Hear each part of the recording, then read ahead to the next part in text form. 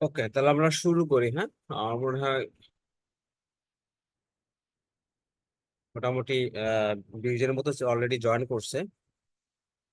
So আমরা already 3টা act নিয়ে কিন্তু শেষ করছি। আমাদের লাস্ট যেটা অ্যাক্ট আছে সেটা হচ্ছে পার্টনারশিপটা। এটা আজকে আর কালকে 2 দিন ক্লাস নিয়ে আশা করব আমি শেষ করে দিতে পারবো। তো আমাদের ফোর্থ যে একটা আজকে শুরু নাম হচ্ছে যে পার্টনারশিপ অ্যাক্ট 1932। আচ্ছা, 1932 সালের যে পার্টনারশিপ অ্যাক্ট, আপনারা যেটা অংশীদার আইন পড়ছেন অনেকে হয়তো বা ইন্টারের সময়, সেটাই হচ্ছে আমরা এই আইনটা একটু পড়ার চেষ্টা করবো এখানে কি বলা আছে আর কি। সে প্রথমে হচ্ছে চ্যাপ্টার ওভারভিউতে একটু আমরা দেখার চেষ্টা করি যে কি কি বলছে আর কি। সামারি, একটা চ্যাপ্টার সামারিতে কি কি আছে। আমার কথা কি শোনা যাচ্ছে? একজন রেসপন্স করবেন প্লিজ। জি স্যার। জি স্যার। সো প্রথমে চ্যাপ্টার ওভারভিউতে বলা হয়েছে যে a partnership is an agreement between two or more people to oversee business operation and share of profit and liabilities. So প্রথমে বলছে যে এটা কি পার্টনারশিপ হচ্ছে একটা এগ্রিমেন্ট, হচ্ছে দুই বা ততোধিক পিপুলের মধ্যে।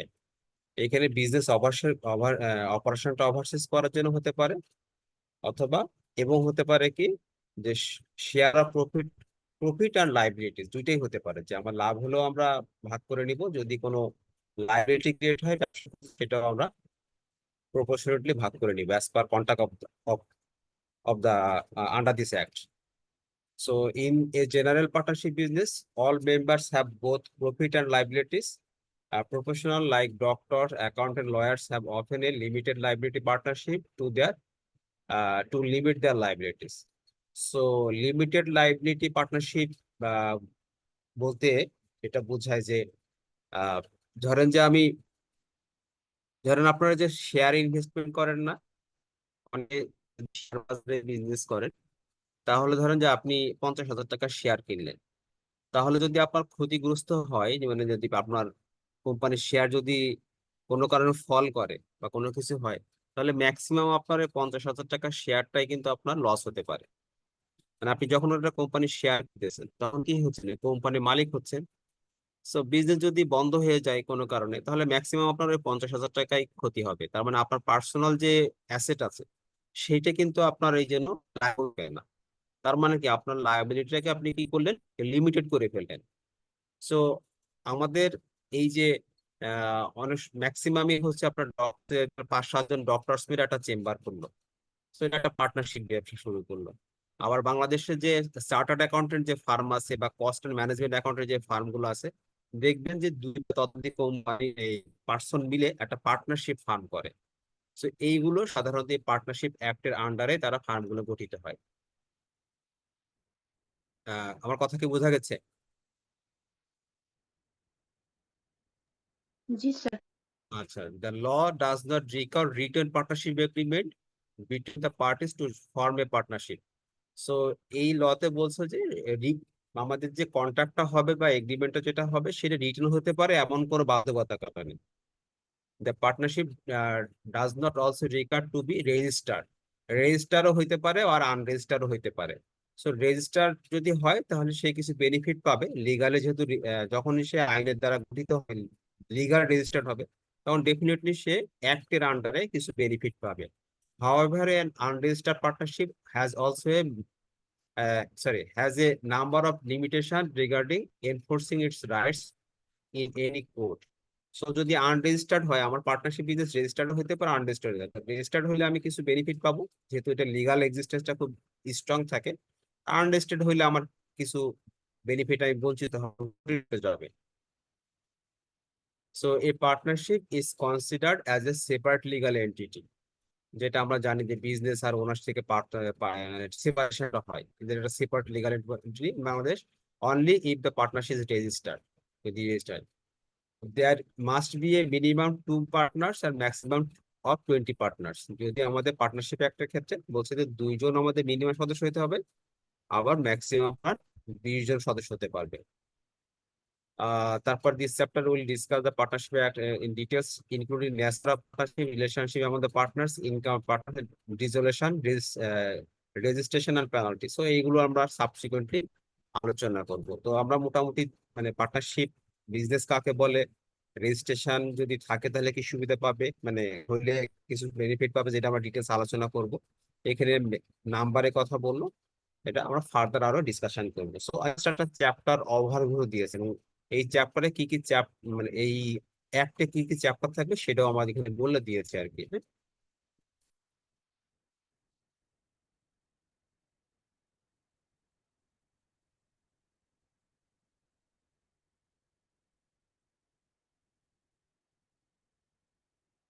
সো প্রথমে এই এই অ্যাক্টের আন্ডারে প্রথমে হচ্ছে definition of partnership, partner, farmer, ফার্মের নেম সম্পর্কে আলোচনা করা হয়েছে।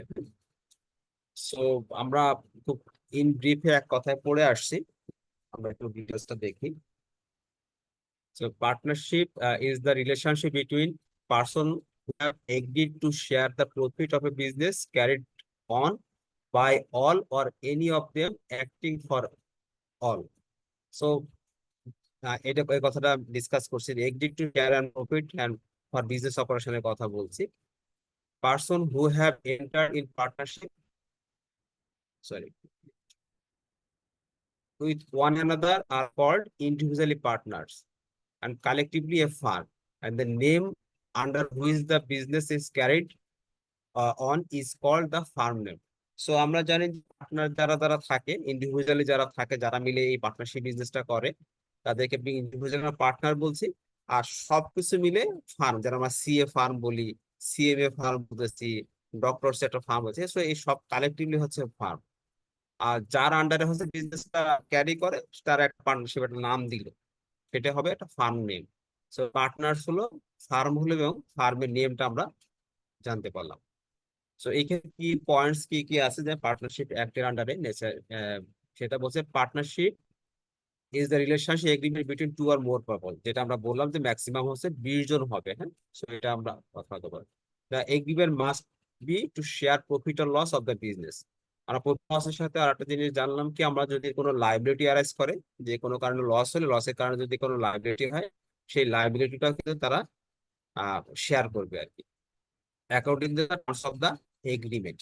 সেটা ইকুয়ালি হতে পারে, অথবা তাদের যে টার্মসে যে কথা লেখা থাকবে সেই অনুপাতে হতে পারে। The owner of the partnership business is known as a partner.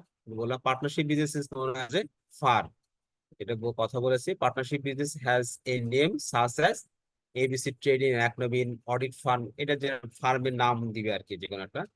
The business must be carried on by all or any of the partner.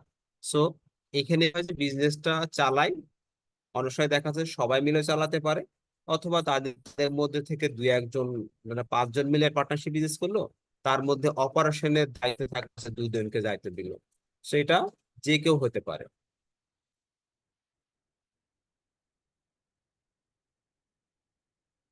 তো এখানে কারো কোনো জিজ্ঞাসা আছে কিনা?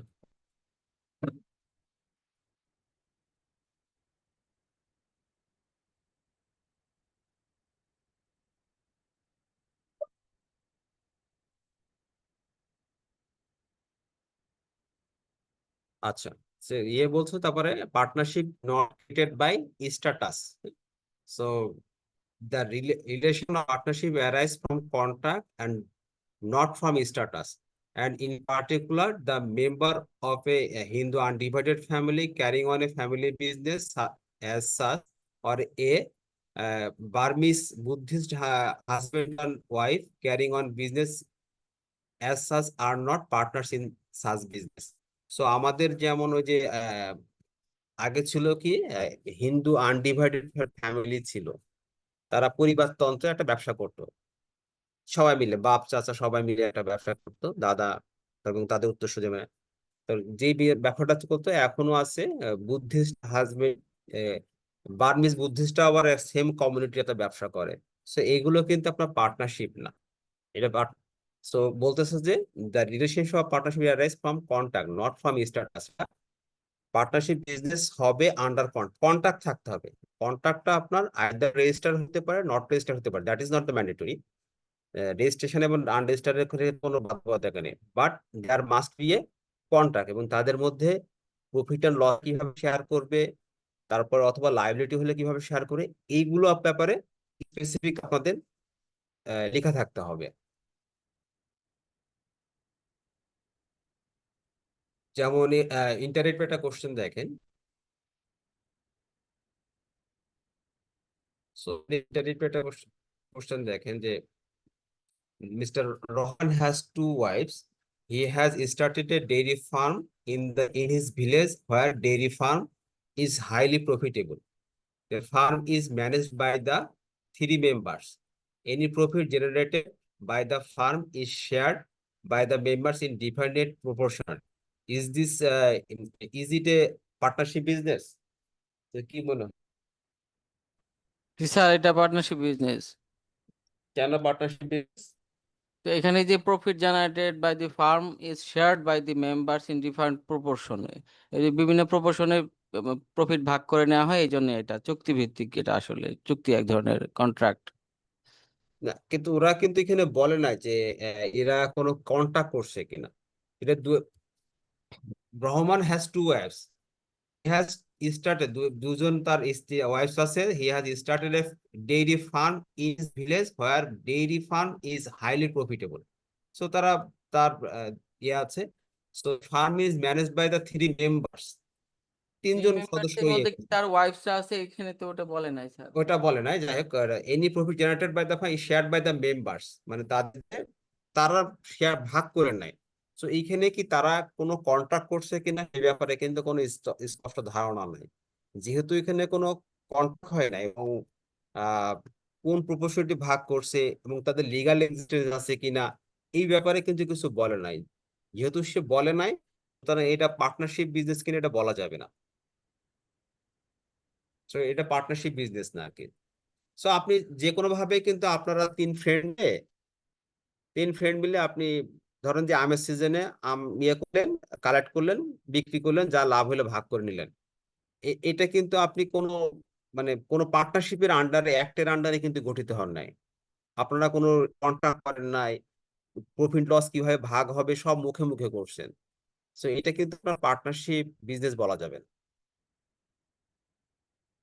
মানে আন্ডার দিস অ্যাক্ট, আমরা অ্যাক্টে যেটা বলতেছে যে আপনার যদি পার্টনারশিপ বিজনেস করতে হয়, আপনি রেজিস্টার্ড হন আর নন রেজিস্টার্ড হন, আপনার must have a contract, contract থাকতে হবে, এবং প্রফিট এন্ড লস কি শেয়ার থাকতে হবে সেটা সম্পূর্ণ আপনার স্পেসিফাইড থাকবে।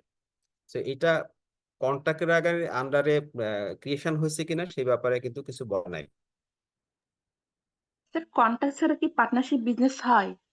না, কন্ট্রাক্ট ছাড়া বিজনেস হবে না, উম, contract must. G sir.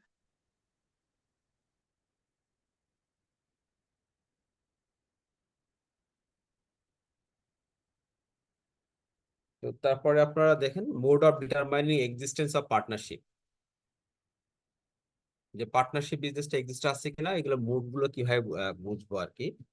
The main point in determining whether a group of person is a firm or whether a person is a partner in the firm is the existence of real relationship between the parties. So আমাদের রিলেশনশিপটা বুঝে, real রিলেশনশিপটা কি, এইটা পরে base করে আমাদের বুঝতে হবে যে এটা আমাদের পার্টনারশিপ বিজনেস কিনা। সো এখানে আরেকটু এক্সপ্লেনেশন করছে, যেমন কথা যে sharing of profit or loss arising from the property by person holding a joint or common interest in that property does not of itself make such person as partner. So ধরেন যে এখানে এক্সপ্লেনেশনে যেটা বলছে যে আপনারা কয়েক বন্ধু মিলে ধরেন যে একটা উম, কয়েক বন্ধু মিলে আপনারা একটা জমি কিনলেন। তো জমি কিনে সেখান থেকে আপনার বিক্রি করে হয়তো আপনাদের একটা লাভ হলো। সো এখানে কিন্তু একটা কমন ইন্টারেস্ট আছে, যদি প্রপার্টিটা সেল করে যদি আপনাদের লাভ হয় তাহলে আপনার সেই লাভটা আপনারা ভাগ করে নিলেন। সো এই জায়গাটা থেকে কিন্তু আপনাদের কোনো লিগাল রাইট বা কন্ট্রাক্ট হয় না, ঠিক আছে। So property does not of itself make such person as partner, তো এখানে কিন্তু পার্টনারই এ করলো না, আপনার মেম্বার হলেন, কন্ট্রাক্ট হলো না। সো সেকেন্ড বলতেছে the receipt by a person of a share of the profit of a business or of a payment contingent upon the earnings of the profit or vary with the profit earned by his business does not make a partner with the person carrying on the business, in particular receipt of such share or payment. তো এইটা আরেকটু যদি বুঝতে পারেন যে অনেক সময় কি আপনার কোনো একটা বিজনেস হলে বিজনেসে কি হয় যে টাকা কালেকশন করতেছে, পেমেন্ট করতেছে, সো এই যে কাজগুলো করতেছে, অপারেশনে যে দায়িত্ব পালন করছে, সে দায়িত্ব পালন করলে যে সে পার্টনার হবে এটা কিন্তু বলা যাবে না। কারণ সে তো আমাদের এই পার্টনারশিপ বিজনেসের এমপ্লয়েডও হতে পারে। সো নেশা বুঝতে হবে যে আপনার পার্টনার হতে গেলে কি হবে, যে তার কন্ট্রাক্টে তারা কি ধরনের একটা এগ্রিমেন্ট করছে, তারা মানে তারা পার্টনার হিসেবে এগ্রিমেন্ট করছে নাকি কাউকে একজন নিয়োগ দিয়েছে সে হচ্ছে এমপ্লয় হিসেবে, এই জিনিসটা আপনাকে আগে ডিটারমাইন করতে হবে। এতে বলছে by a lender none of the person engaged or about to engage in any business. So যদি কেউ লেন্ডার হয় মানে ধার দিয়ে থাকে, সে কিন্তু আপনার বিজনেসের পার্টনার না। তারপর হচ্ছে by a servant or agent as remuneration, যদি কোনো সার্ভেন্ট থাকে আর এজেন্ট থাকে যে রিমুনারেশনে কাজ করে, সেও কিন্তু আপনার পার্টনার হবে না। By the widow or child of a deceased partner as annuity. So যদি কেউ পার্টনার মারা যায়, তার উত্তরাধিকার সূত্রে যদি কেউ উইডো অর চাইল্ড থাকে, তাহলে সেও কিন্তু আপনার পার্টনার হবে না। Or by a previous owner or part owner of the business. So পূর্ববর্তী ওনার বা পার্ট ওনারের যদি কেউ কেউ থাকে, সেও কিন্তু আপনার পার্টনার হবে না তার অনুসারে আর কি। হ্যাঁ, সো পার্টনার হইতে গেলে কি হবে আমাদের, আর প্রথমে বলছি যে জন্য পার্টনার ডিটারমিনেশন করতে গেলে আপনার একটা এগ্রিমেন্ট হতে হবে, যেখানে কন্ট্রাক্টে তাদের শেয়ার এবং প্রফিটটা কিভাবে ডিটারমিনেশন করবে সেটা কথা বলা থাকবে। শুধু প্রফিট না, এবং তাদের যদি কোনো লায়াবিলিটি অ্যারাইজ করে সেটাও তারা কিভাবে সলভ করবে, পেমেন্ট করবে, সেই কথাটা স্পষ্ট বলা থাকবে।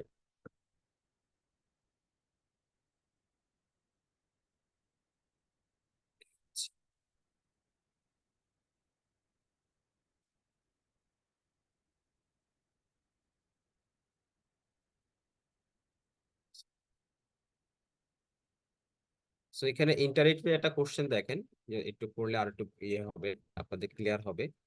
ABC started a partnership business of a department store with equal distribution of profit. ঠিক আছে? The business was doing well, generating sufficient return of investment and distributed equally. After few years, B died, who had only a son. ঠিক আছে? So তিনজন মিলে ব্যবসা শুরু করলো, তার ইকুয়ালি ডিস্ট্রিবিউশন করছিল প্রফিট। বি মারা গেল, হ্যাঁ, ছেলে ছিল। After B's death, A and C decided that the son of B will get টাকা 10,000 টাকা per month as a profit from the business.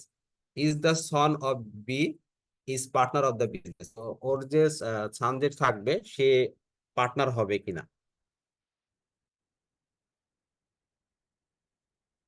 তো ওর ছেলে কি পার্টনার হতে পারবে, হবে?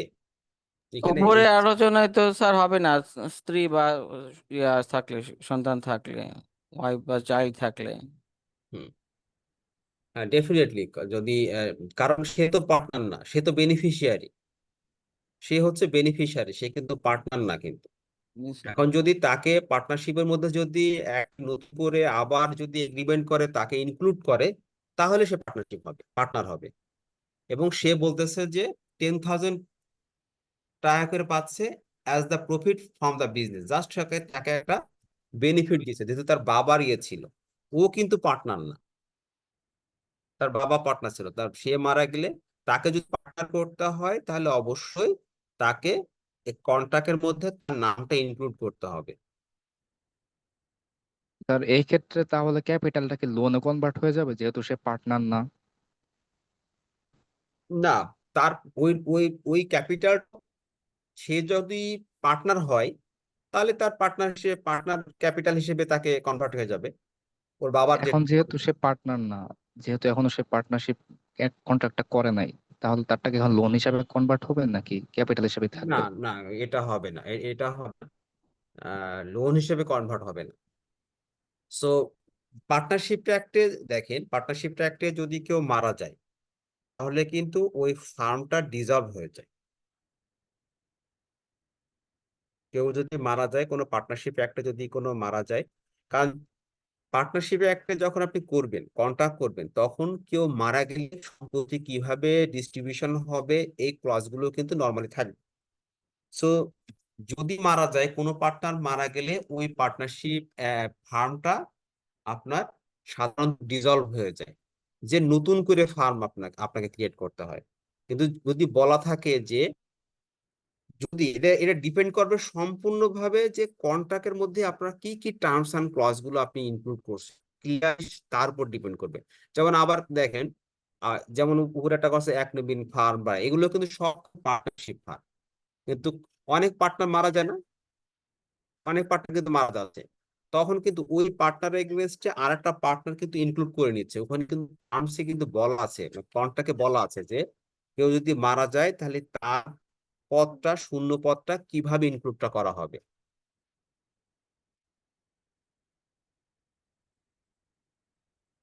এবং যদি মারা যায় তাহলে তার যে প্রফিটটা থাকবে, তার ইয়েকে মানে কি বলবে, ডেফিনেটলি যদি লাভ হয়, সেটা একটা ভ্যালুয়েশন তো হবে।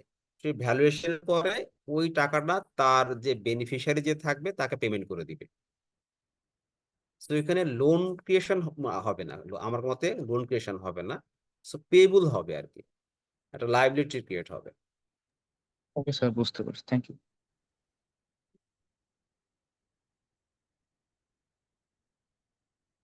সো পার্টনারশিপ অ্যাট উইল, হ্যাঁ, যদি স্বেচ্ছায় পার্টনারশিপ করে দেওয়া যায়, where no provision is made by the contract between the parties of the for the duration of their partnership or determination of their partnership। যদি কোনো আহ এমন একটা পার্টনারশিপ করি আমরা, হ্যাঁ, কন্ট্রাক্ট করি, যেখানে দুইটা জিনিস থাকবে না, একটা হচ্ছে ডিউরেশন থাকবে না, ঠিক আছে, এবং তাদের ডিটারমিনেশন অফ দ্য পার্টনারশিপ, তারা কি করতে চাচ্ছে বা সেই ব্যাপারে যদি থাকে, তাহলে হচ্ছে আপনার সেই পার্টনারশিপটাকে বলে পার্টনারশিপ অ্যাক্ট, উইল বলতেছি, ঠিক আছে। সো এখানে কি পয়েন্টস বলছে যে there is no agreement about a fixed period for the existence of the partnership. তারপরে no provision with regard to determination of the partnership. A partner of a firm can deter from firm at any time by giving a notice of his intention to deter of his to his co-partner। So তারা যদি দুজন মিলে করে, বা তিনজন মিলে যদি, বা দুজনের বেশি, চার পাঁচজন যারা থাকে, তারা কো পার্টনার যারা থাকবে, তাকে সিম্পলি একটা নোটিশ দিয়ে, মানে অ্যাট এনি টাইম একটা নোটিশ নোটিশ দিয়ে সে এখান থেকে এক্সিট করতে পারে। যদি এই ধরনের ইয়ে থাকে যে কোনো ডিউরেশন না থাকে, এনি টাইম সে ফার্ম থেকে কুইট করতে পারে একটা নোটিশ দিয়ে, যদি ডিটারমিনেশন না থাকে, তাহলে সেই কাজটাকে বলবো আমরা হচ্ছে পার্টনারশিপ অ্যাক্ট উইল বলবো। এতে বলছে তারপরকে a partnership of firm can dissolve that at any time begin notice of intention to dissolve the funds to his co-partner। So partnership partner of the firm of a firm can dissolve, মানে any time হচ্ছে এটা dissolve হতে পারে। Second বলছে যে if the partnership was entered for a fixed term and continues to operate beyond the term, it will become a partnership at will। So অনেক সময় দেখা যাচ্ছে যে আমরা কয়েকজন মিলে একটা পার্টনারশিপ করছে, সো কোন একটা ফিক্সড টার্মের জন্য, যে আমরা 6 মাস, ধরেন যে আমি এই কিছুক্ষণ আগে যে ম্যাঙ্গো সিজনের সময় তারা কয়েকজন মিলে একটা কন্ট্রাক্ট করলো, এবং তারা একটা পার্টনারশিপ, যে আমরা এই সিজনে এই ফলের ব্যবসাটা করবো। সো ব্যবসাটা ভালো হয়েছে, তারা তারপর ব্যবসা ক্যারি অন করতে চাচ্ছে। সো এই যে তারা এক্সটেন্ড করতেছে, তখন এটা হয়ে যাবে যে পার্টনারশিপ অ্যাক্ট উইল হবে।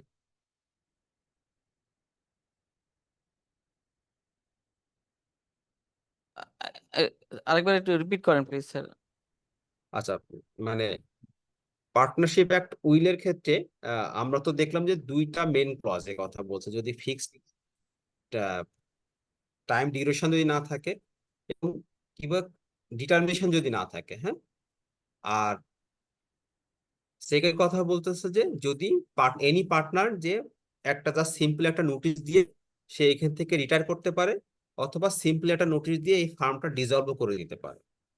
সো আবার একটা হতে পারে যে ওরা কোনো একটা টার্মের জন্য করছে, কিন্তু তারা ওইটা শেষ হওয়ার পরে তারা যদি আবার মনে করে এই ফার্মটা আমরা আরো কন্টিনিউশন করব, যেমন একটা উদাহরণ দিলাম হচ্ছে যে আপনারা ম্যাঙ্গো সিজনে তো মনে করলেন যে আমরা 3 মাসের একটা ব্যবসা করব, সো আমাদের টার্মটা থাকলো 3 মাসের ইনিশিয়ালি।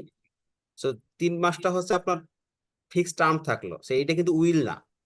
পরবর্তীতে যখন আপনারা 3 মাসের ব্যবসাটা ভালো করেন, আমের ব্যবসা ভালো হলো, তখন মনে করলেন যে না আমরা ব্যবসাটা একটু ডাইভার্সিফিকেশন করে অন্যদিকে কনভার্ট করি, সো আমরা এই ব্যবসাটা আবার কন্টিনিউ করব, চালাবো। সো যখন আমরা আবার এটা এক্সটেন্ড করতেছি, মানে আমরা ইনিশিয়াল কন্ট্যাক্ট করছিলাম, পার্টনারশিপে কন্ট্যাক্ট করেছিলাম 3 মাসের জন্য, পরে যখন আমরা এই যে আবার এক্সটেনশন করতেছি, তখন it will become a partnership at will. বুঝা গেছে এখন? মানে সিজনাল বিজনেসের জন্য একটা এগ্রিমেন্ট করলো বা কন্ট্রাক্ট করলো, হুম হুম সেই সেই পিরিয়ড শেষে যদি আবার এটাকে এক্সটেনশন করে। হুম হুম হুম কোনো কারণে যদি এক্সটেনশন করে, তাহলে সেই সেকেন্ড টার্মে যে এক্সটেনশন করতেছে জি স্যার। এটাকে বলা হচ্ছে partnership at will. Partnership at will পরের অংশটুকু, পরের এই অংশ এক্সটেন্ডেড টাইমটুকু। Extended time to. জি তো স্যার, এখানে বুঝতে পারছি। এখানে তাদের হচ্ছে ইচ্ছার উপর ডিপেন্ড করতেছে তারা করবে কি করবে না। Ji sir. Determination of their partnership বলতে কি বোঝানো হয়েছে? ডিটারমিনেশন অফ পার্টনারশিপ বলতে বোঝানো হয়েছে যদি স্পেসিফিক কোনো কিছু না থাকে একেবারে, হ্যাঁ, যে আমরা কি করবো, আমাদের স্পেসিফিক অবজেক্টিভ কি হবে, এরকম যদি কোনো স্পেসিফিক অবজেক্টিভ না থাকে। অনেকে করে না যে আহ, করলাম, আমরা দেখি কিছু একটা করা যায়, এরকম যদি স্পেসিফিক কোনো অবজেক্টিভ না থাকে তাহলে সেটাকে বলতেছি আমরা ডিটারমিনেশন অফ দ্য পার্টনারশিপ। অথবা হতে পারে যে আমরা এত বছর এত টাইমের জন্য করব, হ্যাঁ, আমরা 6 মাস করব, এই যে এই ডিটারমিনেশন গুলো না থাকা, যে আমাদের টাইম ডিউরেশন দিচ্ছি না, আমরা পার্টনারশিপ শুরু করতেছি, অ্যাট এনি টাইম আমরা বলতেছি আমরা যে কোনো সময় বন্ধ করে দিতে পারি। সো আমরা নোটিশ দিলাম, নোটিশ দিয়ে বন্ধ করে দিলাম। সো এই যে পার্টনারদের মধ্যে যতগুলো পার্টনার থাকলো তারা বলতেছে না যে আমরা 6 মাসের জন্য এই ব্যবসাটা করবো বা 1 বছরের জন্য পার্টনারশিপ করবে বা 3 বছরের জন্য, এই ডিটারমিনেশনটা কিন্তু নাই।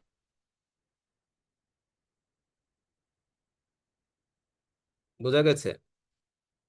জি স্যার, বোঝা গেছে।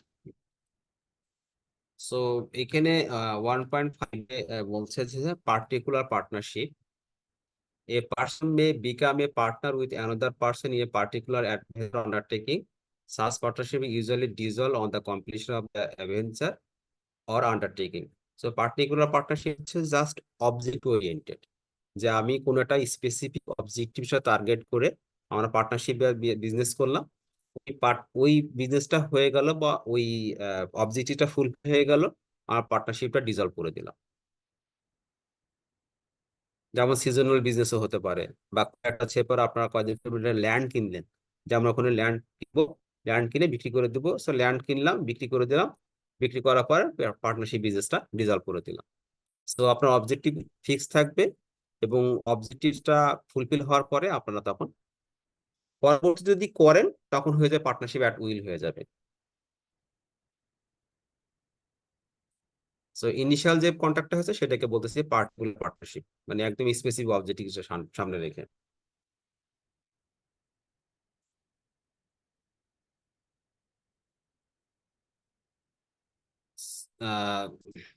নেক্সট যেটা টপিক সেটা হচ্ছে relations of partners to one another.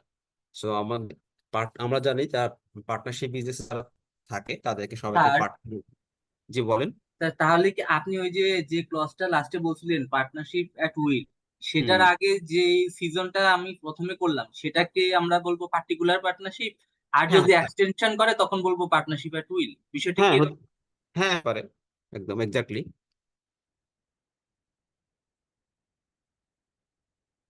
ওটা হতে পারে, একদম এক্স্যাক্টলি ওটা, যে আপনার প্রথম যেটা করলাম একদম অবজেক্টিভ স্পেসিফিক, যে আমরা ম্যাঙ্গো সিজনে মানে ইয়ের সময় ম্যাঙ্গো বিজনেস করব, সো ম্যাঙ্গো বিজনেস করলাম।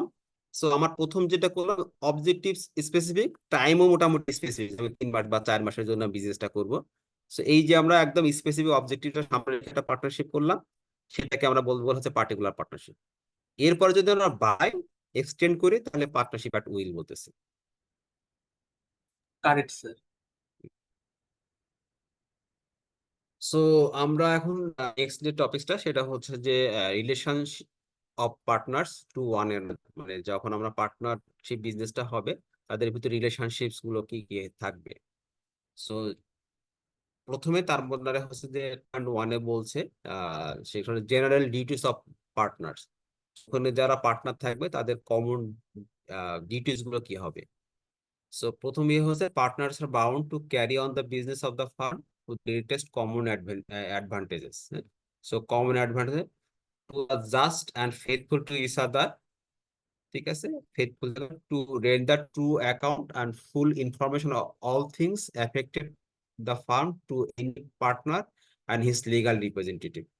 প্রথমে হচ্ছে হচ্ছে কি তারা একদম মানে কমন ইন্টারেস্টে তারা শুরু করতে হবে, ফেথফুল ইনফরমেশন দিবে এবং অ্যাকাউন্ট এভরিথিং তারা ফেয়ারলি দিবে আর কি। হ্যাঁ, তার অন্য পার্টনারকে দিবে, আর পার্টনারের বাইরে যদি কোনো লিগাল রিপ্রেজেন্টেটিভ থাকে তাকে দিবে।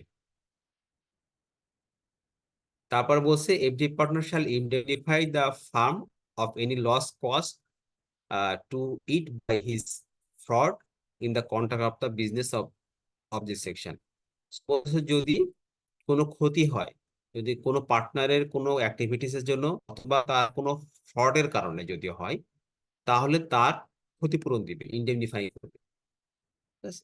সেটা হচ্ছে একদম কমন ডিউটি, কারণ যখন আপনি কোনো পার্টনারশিপ বিজনেস করবেন ডেফিনেটলি তখন আপনাদের কিন্তু টার্মস এন্ড বলে দিবে আপনি কি to do are not to do, কিন্তু আপনার স্পেসিফিক থাকবে। সো আপনি সেম ভাবে যে ধরেন যে আহ এই যেহেতু একটা এক্সাম্পল দিয়ে ফেলছে যে ম্যাঙ্গো বিজনেস, আপনার পার্টনারশিপ বিজনেস করলেন যে আপনার নিজেরা মিলে একটা ম্যাঙ্গো বিজনেস করবেন, আবার আপনি পার্সোনালি আর একটা বিজনেস শুরু করছেন। সো কনফ্লিক্ট অফ ইন্টারেস্ট কিন্তু তৈরি হবে, তাই না? So, এরকমও কাজ আপনি করতে পারেন। তো আপনি কি করতে পারবেন আর কি করতে পারবেন না আপনার পার্টনারশিপ অ্যাক্টের মধ্যে মানে কন্ট্রাক্টের মধ্যে আপনাকে তো স্পেসিফাইড থাকবে। এবং আপনি যখন পার্টনারশিপ বিজনেস করবেন আপনি একদম মানে ফেয়ার ইনফরমেশন দিবেন। হ্যাঁ, এবং কমন অ্যাডভান্টেজেস এর উপর আপনার ফুল কনসেন্ট থাকবে। যদি এবং আরো বলবেন যদি আমার দ্বারা কোনো লস হয় বা ফ্রডের কারণে যদি কোনো লস হয়, সেটা হতে পারে যে কোনো ভাবে, যদি তার দ্বারা যদি ফার্মের জন্য কোনো লস হয় তাহলে সেই ফার্মের ক্ষতিপূরণ সে দিতে বাধ্য থাকবে।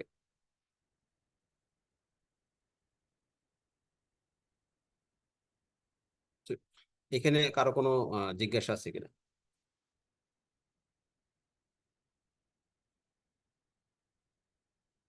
আচ্ছা, সেকেন্ড 2.2 তে contractual right and duties of partner. So the mutual right and duties of the partners of a firm may be determined by the contract between the partners. So mutual rights and duty কি থাকবে সেটা আমাদের determination করবে কন্ট্রাক্টের দ্বারা। The contract may be express or may be implied. So express R implied বলতে কি বোঝায় কেউ বলতে পারবেন একজন? Which one is express and which one is implied? আমরা কন্ট্রাক্ট একটা পড়ে আসছি। সো এক্সপ্রেসটা হচ্ছে যদি আমাদের এটা লিখিত হয়, ইন রিটেন থাকে, ঠিক আছে। আর ইমপ্লয়েড মানে যদি আমরা রিটেন না হয়। So contract may be written or oral হতে পারে by a course of dealing. Such contract may be varied by consent of all of the partners, and such consent may be expressed or may be implied by a course of dealing. A partner shall not carry off on any business other than that of the firm while he is a partner. So এইখানে বলতেছে যে আমাদের পার্টনারশিপের যে কন্ট্রাক্টটা হবে সেটা express আর ইমপ্লয়েডও থাকতে পারে। এখানে যে টার্মস এন্ড কনসেন্ট গুলো থাকবে সেগুলো এক্সপ্রেস আর ইমপ্লয়েড থাকতে পারে। আবার বলতেছে যে এ partner shall carry on any business other than that of the farm where he is a partner. যখন সে একটা পার্টনার ফার্মের পার্টনার হবে সে বিজনেস করতে পারবে না ওই ফার্মের ছাড়া, যদি তার কন্ট্রাক্টে বলা না থাকে। সাধারণত সে অন্য কোনো বিজনেস বা যেটা কনফ্লিক্ট অফ ইন্টারেস্ট তৈরি করে সেই টাইপ কোনো বিজনেস করতে পারবে না। Subject to the contract between parties, প্রথমে বলতেছে যে every partner has a right to take part in the conduct of the business. So সবাই has a right to take part in the conduct of the business. So প্রত্যেকটা পার্টনারই কিন্তু right আছে যে তার business activities মানে কি অংশগ্রহণ করা, টেক পার্ট করা, ঠিক আছে। আর তারপরে every partner is bound to attend diligently to his duty in the conduct of the business. তার মানে কি মানে সে যত্ন সহকারে, মানে কি বলে, অ্যাটেন্ড diligently অল ডিউটিস, হ্যাঁ, তার বিজনেসে যে থাকবে সে প্রপারলি ডিউটিটা তার পালন করবে।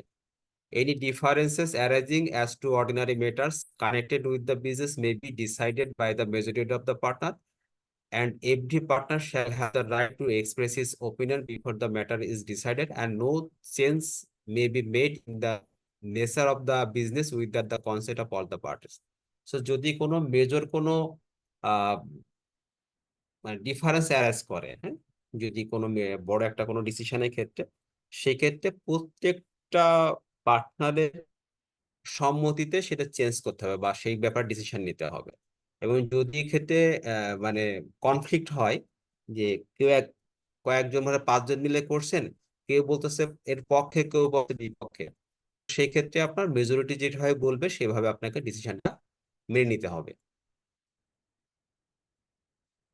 তারপরে বলছে every partner has a right to have access to and to inspect and copy of any books of the firm. So প্রত্যেকটা পার্টনারে একটা ইকুয়াল রাইট থাকবে যে তার বুকস অফ অ্যাকাউন্টসে এক্সেস থাকতে হবে, এক্সেস থাকবে আর কি। সে চাইলে যে কোনো কিছু বা কপি পাইতে পারবে। সেকেন্ড বলতেছে to the contact between the parties. এতে বলছে a partner is not entitled to receive remuneration for taking part in the conduct of the business. So partner remuneration পাবে না, but contract subject to the contract between the parties, মানে কন্ট্রাক্টের মধ্যে যাবে। আবার পাইতেও পারে, যে একেবারে পাবেই না সেটা বলা যাবে না। এখন দেখা যাচ্ছে 3 জন মিলে ব্যবসা শুরু করছে, 3 জনে পার্টনার, 3 জনের মধ্যে 2 জন থাকে ঢাকায়, 1 জন থাকে এলাকাতে। সো বিজনেসটা শুরু করছে এলাকাতে। এখন যদি বলতে তুমি যেহেতু এলাকাতে থাকো, তুমি বিজনেসে টাইম দিবা বেশি সময়, আমরা টাকা ইকুয়ালি ইনভেস্টমেন্ট করতেছি, যেহেতু তুমি টাইম দিবা, তাহলে তুমি প্রতি মাসে 20,000 টাকা রিমুনারেশন নিবা। সো এটা থেকে সাবজেক্ট টু দ্য কন্ট্রাক্ট, যে আমার কন্ট্রাক্টে কি বলতেছে। নর্মালি যেহেতু যদি 3 জনে ইনভলভ থাকে, একই রকম থাকে, তাহলে ওখান থেকে যে প্রফিটটা হবে তাহলে শেয়ার অফ প্রফিট পাবে। কিন্তু যদি সিচুয়েশন আরাম করে, কন্ট্রাক্টে বলা থাকে যে আহ, সে যেহেতু মানে 3 জন ইকুয়ালি কন্ট্রিবিউশন করে না, টাইম দেয় না, তাহলে যে বেশি সময় দিবে সে এখানে পারফর্ম করে, তাহলে সে কিন্তু আপনার চাইলে রিমুনারেশন পাইতে পারে। সো ডিপেন্ড করবে যে সাবজেক্ট টু দ্য কন্ট্রাক্টে কি বলা আছে। স্যার একটা কোশ্চেন ছিল। বলেন। স্যার অনেক সময় হয় না যে একজনের কাছে টাকা আছে, আরেকজনের কাছে টাকা নাই কিন্তু সময় আছে। এখন সে দেখা গেল যে সে কোনো টাকা দিল না, ইনভেস্টমেন্ট করলো না, কিন্তু তাকে পার্টনার হিসেবে না হলো। এখন সেক্ষেত্রে কি সেটা কি কন্ট্রাক্ট হিসাবে মানে ভ্যালিড হবে নাকি হবে না? 100% ভ্যালিড হবে।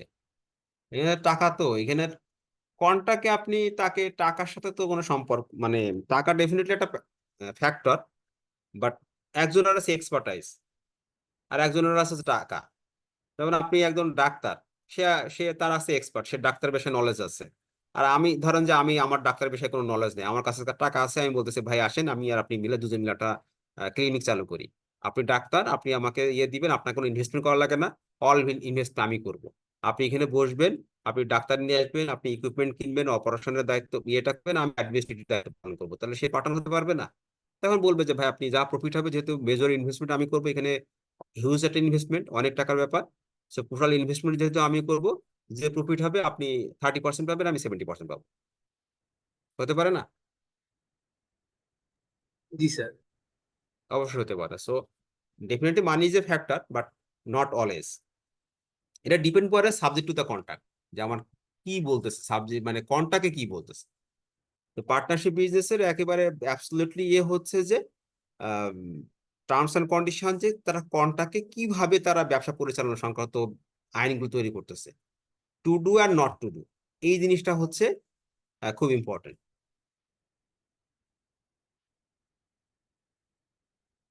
একটু নামাজ আজান দিচ্ছে, 2টা মিনিট একটু বিয়ে দিই, হ্যাঁ।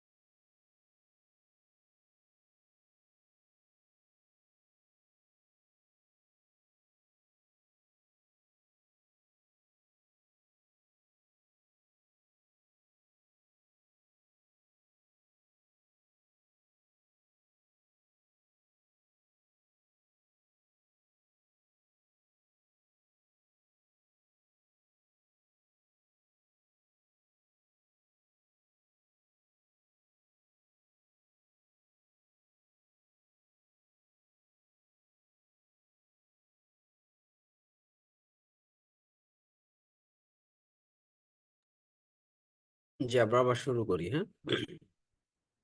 তো এতে আসছিলাম আর কি, যে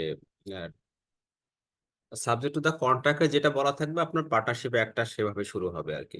তো বাই দিস একটা কথা বলে রাখি, আমি যে যে টপিকস গুলো কাভার করছি, আপনাদের একটা ইয়ে ছিল, ডিমান্ড ছিল যে সেগুলো একটু শেয়ার করা, যে কোন ধরনের, অনেকে ক্লাস মিস করছে, অনেকে আবার নোট করতে পারে না ঠিক মতো। সো আমি ওটা করে ফেলছি, আমি ক্লাস শেষে আপনাদেরকে শেয়ার করে দেবো। আমি যে যে টপিকস গুলো পড়েছি, ধরেন এটা পড়িয়েছি, আমি এটাকে পুরোটাই ইয়েলো কালার করে দিয়েছি, হ্যাঁ, হাইলাইট করে দিয়েছি। সো আপনারা দেখলে বুঝতে পারো যেটা যেটা ইয়েলো হাইলাইট করা থাকবে, সেই সেই টপিকস গুলো আমি পড়ে যাচ্ছি, ঠিক আছে। সো আপনারা একটু দেখলে একদম ক্লিয়ারলি বুঝতে পারবেন যে কোনটা কোনটা পড়ে যাচ্ছি, ঠিক আছে। আচ্ছা, তো এখন আমরা ইয়েতে পড়াতে ফিরে আসি। তো subject to contract between parties আমরা বললাম যে partner is not entitled to receive remuneration for taking part in the contract of the business. So এখানে বললাম যে সে রিমুনারেশন পাবে না, বাট আমি আবার বললাম যে সে পাইতে পারে যদি কন্ট্রাক্টে তার বলা থাকে আসলে যে partners are enter to share equally in the profit earn and shall contribute equally to the losses suffered by the firm। যদি তাদের বলা থাকে যে প্রফিটের লসটা একদম ইকুয়ালি তারা শেয়ার করবে, তাহলে সেটা হতে পারে আর কি। বাট এটা আবার ভেরু করতে পারে যদি আপনার কন্ট্রাক্ট যদি বলে, প্রপোর্শনটা বলে দেওয়া থাকে যে কেউ পাবে 30%, কেউ পাবে 40%, আবার কেউ পাবে 30%। So, where a partner is entitled to interest on capital subscribed by him, such interest shall be payable only out of profit। যদি কেউ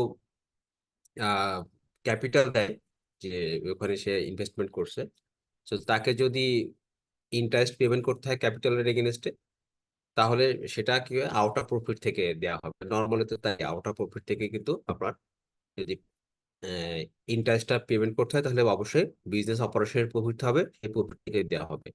A partner making for the purpose of the business any payment or advance beyond the amount of capital he has agreed to subscribe is entitled to interest thereon at the rate of 6% per annum। So ধরেন যে capital তো সবাই দিয়েছে, ধরেন যে সবাই equally capital distribution করছে, so আরো ফান্ড লাগবে।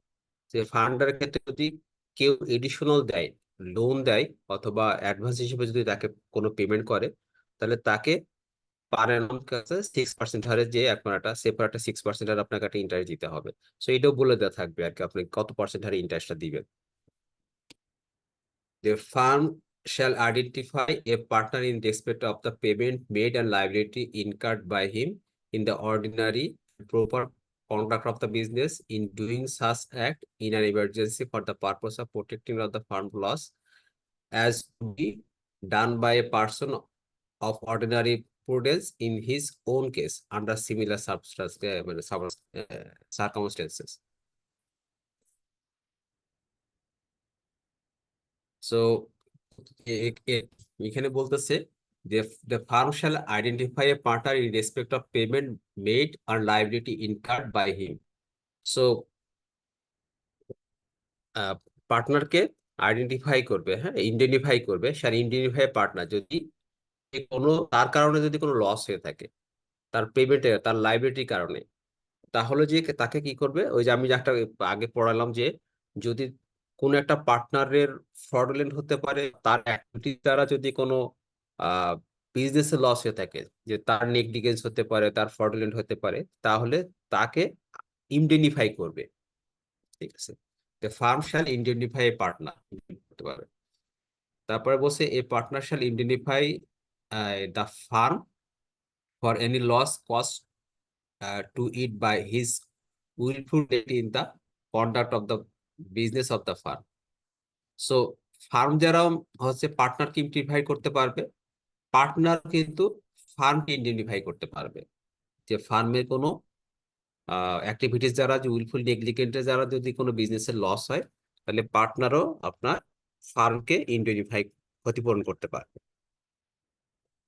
ঠিক আছে।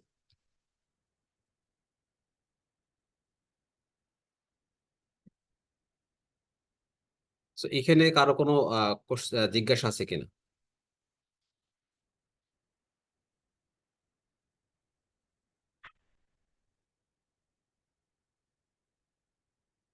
নেক্সট চ্যাপ্টার হচ্ছে যে যদি কোনো জিজ্ঞাসা না থাকে যে property of the farm.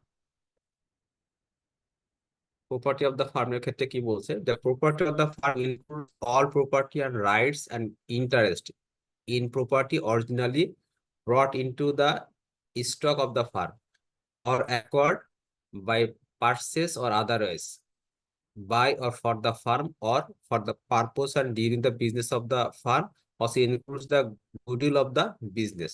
So property তে বলতেছে যে all property and rights এবং যদি ইন্টারেস্ট যেটা ব্যবসার শুরুতে আপনার কিনা হয়েছিল অথবা অ্যাকোয়ার্ড করা হয়েছিল, যেখানে আবার হতে পারে during the business. During the বিজনেসে যদি কোনো প্রপার্টি কিনে থাকে সেটা সেই সম্পত্তিটাও হচ্ছে আপনার ফার্মের প্রপার্টি। এর মধ্যে আবার ইনক্লুড থাকতে পারে হচ্ছে আপনার গুডউইলও হতে পারে। সো অ্যাকাউন্টিং গুডউইলটা কি বলতে পারবেন কেউ একজন?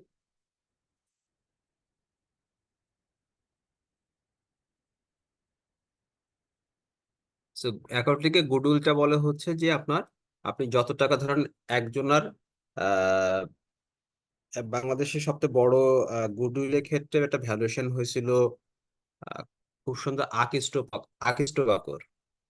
আকিস টোবাকোকে সেল করে নিয়েছিল হচ্ছে অ্যাকোয়ার করেছিল হচ্ছে Japan tobacco, জেটিআই।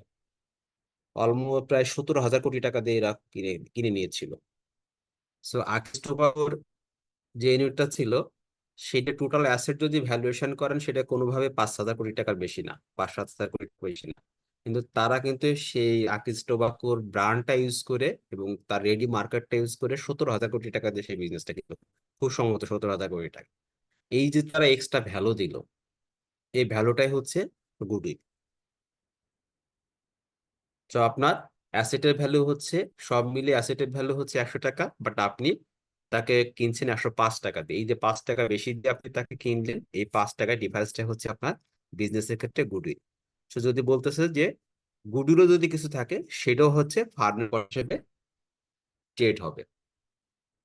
So the property includes property originally brought by the enterprise, property purchased during the life of the farm, and goodwill of the farm. So আমি বললাম যে ইনিশিয়ালি কিনছে, ডিউরিং দ্য পিরিয়ড কিনছে, অথবা যদি goodwill থেকে থাকে।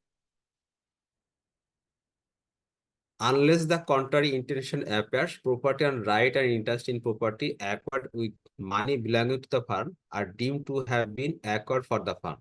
The property of the farm shall be held and used by the partner exclusive for the purpose of the business. So ওখানে যত প্রপার্টি থাকবে এটা সম্পূর্ণ মালিকানা হবে হচ্ছে ফার্মের, এবং ধরে নেওয়া হবে যে এই প্রপার্টি এক্সক্লুসিভলি বিজনেসের অপারেশনের জন্যই ইউজ করা হবে, নট ফর পার্সোনাল। ঠিক আছে, বলে দিয়েছে যে যেটা পার্টনাররা ইউজ করবে তারা কিনবে এবং সেটা ইউজ করবে by the partner exclusively for the purpose of the business. ঠিক আছে, সো এই সেকশনে কারো কোনো অ্যাম্বিগুইটি আছে কিনা?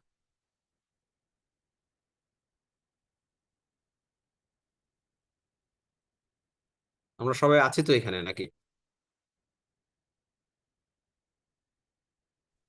জি স্যার। আচ্ছা। স্যার আছে। জি স্যার। না, রেসপন্স না করলে না আসলে।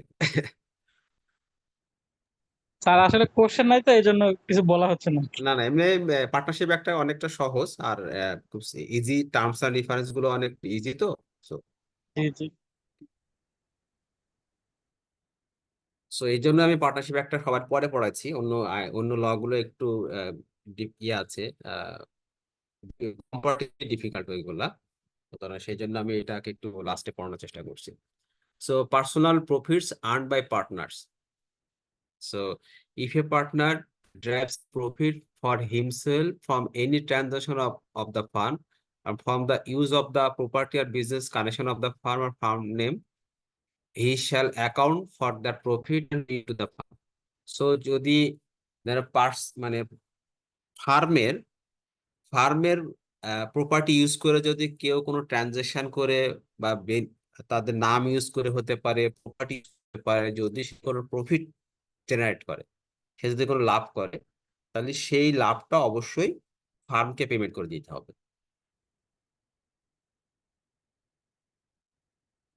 If a partner is on any business of the same nature as and competing with that of the firm, he shall account for and pay it to the firm for all profits made by him in that business.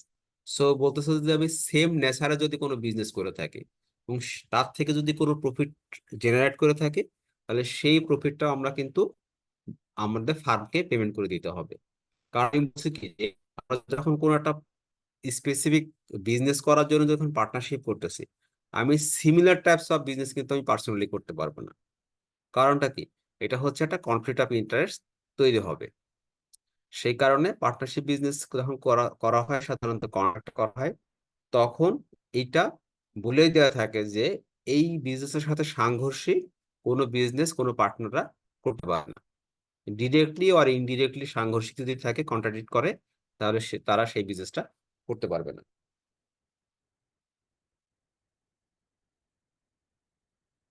So আমরা interactive question দেখি, একটু পড়ি, তাহলে আমাদের হয়তো একটু clear হবে।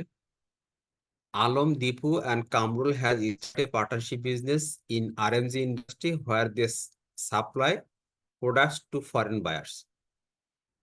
So they agree to provide equal capital, share of profit and loss equally. So কি করলো? Alom, Deepu, and Kamrul তিনজন মিলে RMG বিজনেস শুরু করলো। হ্যাঁ, তারা ফরেন বায়ারদেরকে প্রোডাক্ট সাপ্লাই করে থাকে এবং তারা ইকুয়ালি ক্যাপিটাল প্রোভাইড করলো এবং প্রফিট আর লস যেটা হবে সেটা তারা ইকুয়ালি ডিস্ট্রিবিউট করে নিবে।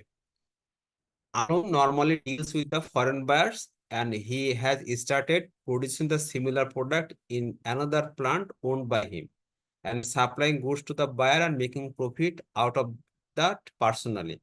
Can Alom claim profit personally? So যদি সেটা হয়, সে কি করলো? আলম কি করলো? একটা ফরেন বায়ারের সাথে ডিল করলো এবং সিমিলার টাইপস এর প্রোডাক্টটা আরেকটা প্লান্ট থেকে সে তৈরি করে বায়ারকে দিয়ে দিল আর কি। ওখান থেকে যে প্রফিটটা হলো সেটা কি আলম ক্লেম করতে পারবে কিনা? মাসে একটা ফার্মের আন্ডারে চলে যাবে, সরি, এটা পার্টনারশিপ ভাঙতে দিতে হবে, হ্যাঁ, যেহেতু partnership conflict of interest. Conflict of interest তৈরি হচ্ছে, সুতরাং এটা হচ্ছে নো। যদি আমি তাহলে আমরা বলবো যে হচ্ছে নো। ঠিক আছে। স্যার এটা কি ফার্মকে সে জানাই করবে? ফার্ম কিভাবে মানে না, ফার্মকে তো মানে ডেফিনেটলি তো ফার্মকে হয় সবাই জানে। যদি এটা তো ওয়ান কাইন্ড অফ ফ্রড, তাই না? This is one kind of fraud. So আমি বলছি যখন পার্টনারশিপ বিজনেস শুরু করছে তখন বলছি যে similar types which is directly or indirectly contradict with our business, with the firm. So personally any partner cannot do the similar types of business. এটা হতে পারে সিমিলার টাইপস অফ বিজনেস হতে পারে, আবার বলতে পারে যে আমরা তিনজন মিলে ব্যবসা শুরু করব, আমরা ফুল টাইম এখানে বিজনেসে ইনভলভ থাকবো। সো যেহেতু আমরা ফুল টাইম এখানে দিব, আমরা কোনো ব্যবসাতে যুক্ত হতে পারবো না। সেটাও হতে পারে কিন্তু পার্টনারশিপের ক্ষেত্রে, যে আমরা ডেডিকেটলি একটা বড় একটা ইনভেস্টমেন্ট করছি, এইখান থেকে প্রফিট যদি হয় সেটা দিয়ে আমরা আমাদের মানে ওখান থেকে যে প্রফিটটা হবে সেই প্রফিট দিয়ে আমরা আমাদের পার্সোনাল লিভিং হচ্ছে আমরা এক্সপেন্ডিচার গুলো করবো। সো যেহেতু আমরা কমিটমেন্ট করছি এবং বলছি যে আমরা কন্ট্রাডিক্ট করুক বা না করুক, আমরা কোনো বিজনেসে আর কেউ ইনভলভ হতে পারবে না।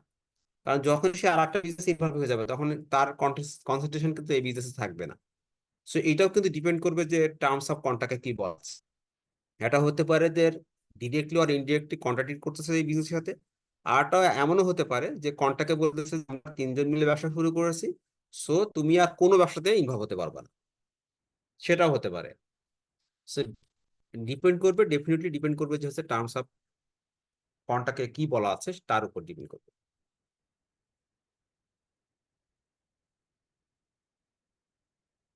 সো এখানে rights and duties of partner after a change in the firm.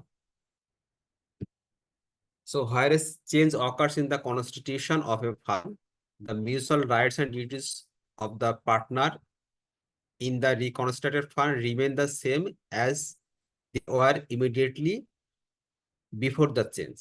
যদি কোনো কারণে ফার্মের কোনো কিছু চেঞ্জ, সেখানে যদি নতুন করে তাদের duties and rights and duties যদি আমার ডিফারেন্ট করে কোনো কন্ট্রাক্ট না করা থাকে, তাহলে আগে যে তাদের রাইটটা এবং ডিউটিস ছিল ধরে নেওয়া হবে যে সেটাই বলবৎ ইফেক্টিভ থাকবে। সেখানে বলতেছে where a firm constituted for a fixed term continues to carry on business after the expiry of that term, the mutual rights and duties of the partners remain the same as they were before the expiry, so far as they may be constituted with the incidents of partner at will. So যদি আমার fixed টার্মে এই যে partners at উইলের কথা বলছে, হ্যাঁ, যে যদি তারা ফিক্সড টার্মের জন্য করে থাকে পরে ফিক্সড টার্ম এবং এক্সপায়ারেশন অফ দ্য টার্মে যদি তারা মিউচুয়াল কনসেন্টের পরে যদি তারা এক্সটেন্ড করে, তার মানে সেকেন্ডটা হয়ে যাচ্ছে পার্টনারশিপ অ্যাট উইল হয়ে যাচ্ছে। সো তাদের ওই এক্সপায়ারির আগে যে টার্মস অ্যান্ড রাইটস অ্যান্ড ডিউটিসটা ছিল, সেটা এক্সপায়ারির পরে যে নতুন যে কন্ট্রাক্টটা করলো বা পার্টনারশিপ অ্যাট উইল করলো, সেটা কিন্তু সেম রাইটটা বলবৎ থাকবে যদি না তারা চেঞ্জ করে। ধরে নেওয়া হবে যে আগে যেটা ছিল রাইটস অ্যান্ড ডিউটিস ছিল, এখনো সেই সেম রাইটস অ্যান্ড ডিউটিস তারা অ্যাভেল করবে। তার বলতেছে where a firm constituted to carry out one or more adventure or undertaking carries out other adventures or undertaking, the mutual rights and duties of the partners in respect of the other adventure or undertaking are the same as those in respect of the original adventure and undertaking. So দেখা যাচ্ছে যে তারা similar types এর business হতে না হয়ে একটা terms পর্যন্ত করছে, একটা বিজনেস শুরু করছে, তারা আর একটা নতুন একটা ভেঞ্চার তারা শুরু করলো। সো সেপর তারা একটা পার্টনারশিপ বিজনেস করলো যে ডায়াগনস্টিক সেন্টার করবে। ডায়াগনস্টিক বিজনেসে তারা একটা শেয়ার ইনভেস্টমেন্ট করছে, সেখান থেকে তাদের প্রফিট হচ্ছিল, তাদের রাইটস এন্ড ডিউটিস গুলো আছে।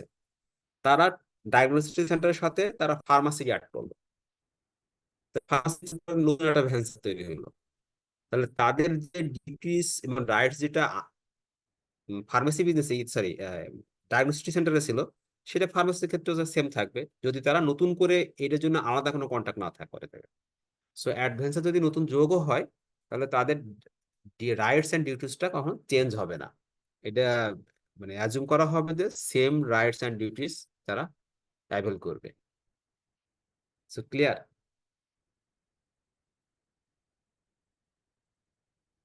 সো এখানে চ্যাপ্টার 2 শেষ করলাম। চ্যাপ্টার 3 তে তাহলে এবার চলে যায়।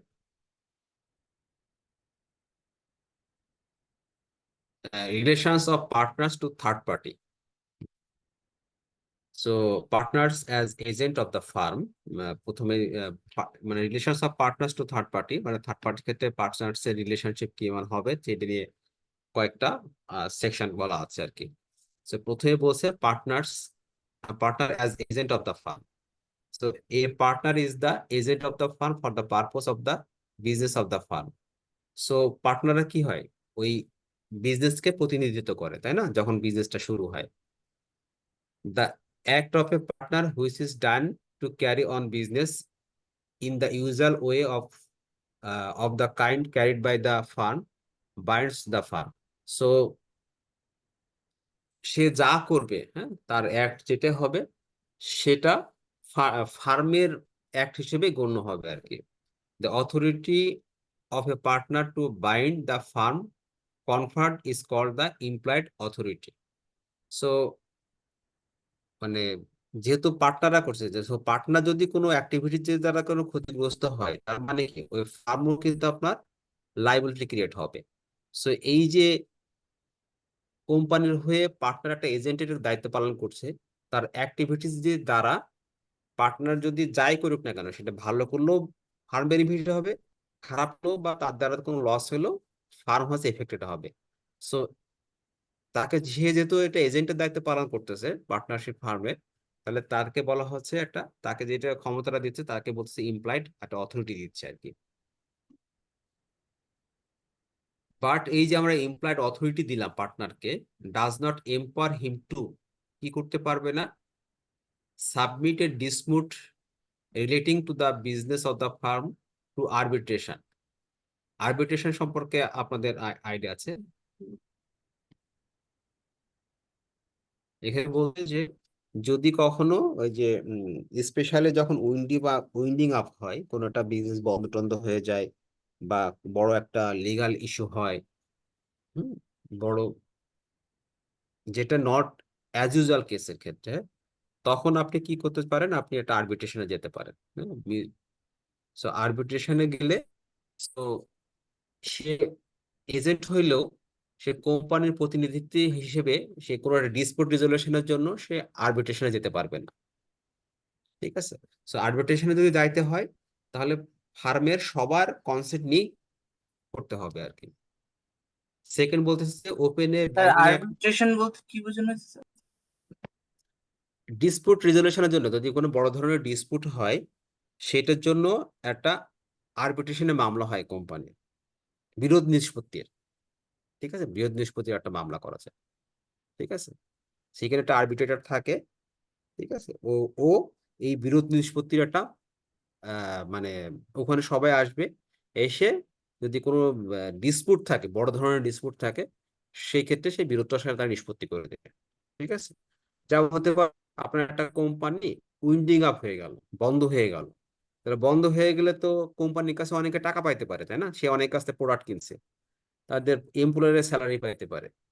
তখন তার সম্পত্তি আছে ধরুন যে 5 কোটি টাকার, কিন্তু সবাই মিলে তার কাছে পাবে হচ্ছে 10 কোটি টাকা। তাহলে কিভাবে এই ডিস্ট্রিবিউশন গুলো হবে, কে দায়িত্ব নিবে? তখন একটা আরবিট্রেটর নিয়োগ করা হয় এই ধরনের একটা বড় বড় কেসের ক্ষেত্রে। শুধু উইন্ডিং আপ না, যে কোনো ধরনের ডিসপিউটের ক্ষেত্রে যদি কোনো কোম্পানি চায় যে আমি আরবিট্রেশনে যাব, সে আরবিট্রেশনে যেতে পারে। বাট পার্টনারশিপ ফার্মের ক্ষেত্রে যদি বড় ডিসপিউট যদি কোনো কিছু থাকে, হুম, এই ধরনের ডিসপিউটের ক্ষেত্রে আরবিট্রেশন ও চাইলে একা যেতে পারবে না। তখন ফার্মের সমস্ত পার্টনারদের সম্মতি নিয়ে যেতে হবে, সে কথা বলা হয়েছে। বুঝা গেছে? জি স্যার। বুঝতে পেরেছেন? বুঝতে পেরেছেন? জি স্যার। জি। সো জি স্যার। ডিসপুট রেজলিউশনের ক্ষেত্রে আরবিট্রেটর নিয়োগ করা হয় সেখানে। সেকেন্ড কথা বলছে যে open A banking account on behalf of the fund in his own name. So যেহেতু একটা পার্টনার কি হচ্ছে, একটা এজেন্ট হচ্ছে, তাই না? সে একটা এজেন্ট হিসেবে পালন করতেছে। সে চাইলে নিজের নামে অ্যাকাউন্ট ওপেন করে ফেলতে পারবে না, তাই না? তাকে অথরিটি দিচ্ছে, কিন্তু চাইলে কি সে নিজের নামে ব্যাংক অ্যাকাউন্ট করে কোম্পানির লেনদেনগুলো নিজের নামে করতে পারবে, নিজের অ্যাকাউন্টে জমা দিতে পারবে? এটা পারবে না। তারপর compromise or relinquish any claim or portion of a firm by the of a claim by the firm. So কোনো বিষয়ে কম্প্রোমাইজ করতে পারবে না, রিলিঙ্কুইশ করতে পারবে না, এনি ক্লেম আর পোর্শন, পুরোটা হতে পারে আর অথবা পার্টলি হতে পারে। সো কোনো কিছু হইতে মানে বড় ধরনের কোনো কম্প্রোমাইজ বা ক্লেমের যদি কোনো কিছু হয়ে থাকে, তাহলে সেক্ষেত্রে অন্যান্য পার্টনার আছে, তাদের সম্মতি নিতে হবে।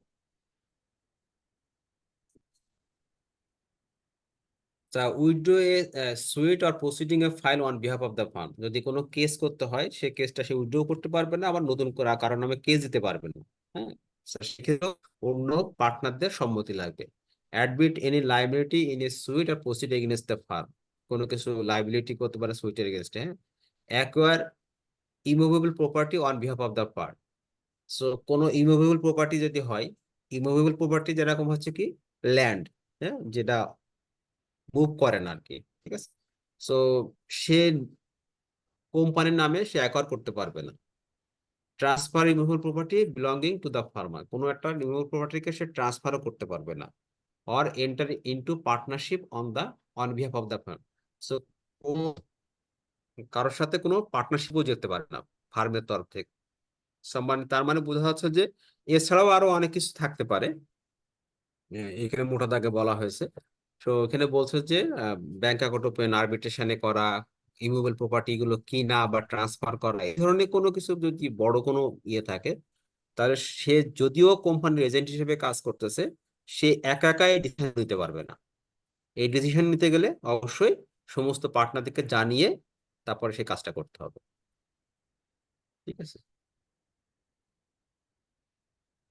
সে বলছে যে partners in a firm may by contract the partners enter or restrict the implied authority of any partner.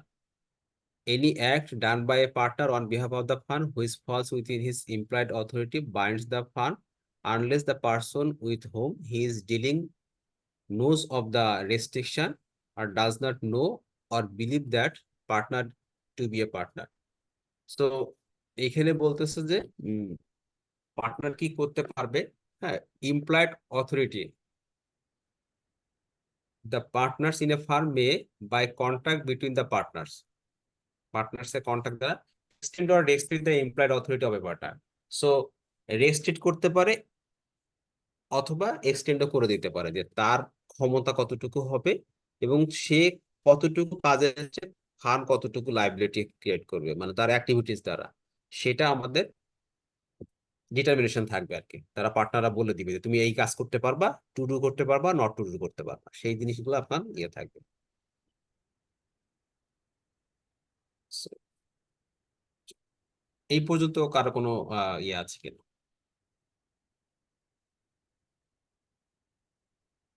পরের সেকশনে বলছে হচ্ছে সেকশন 21 আর 22 তে বলছে partners authority in an emergency.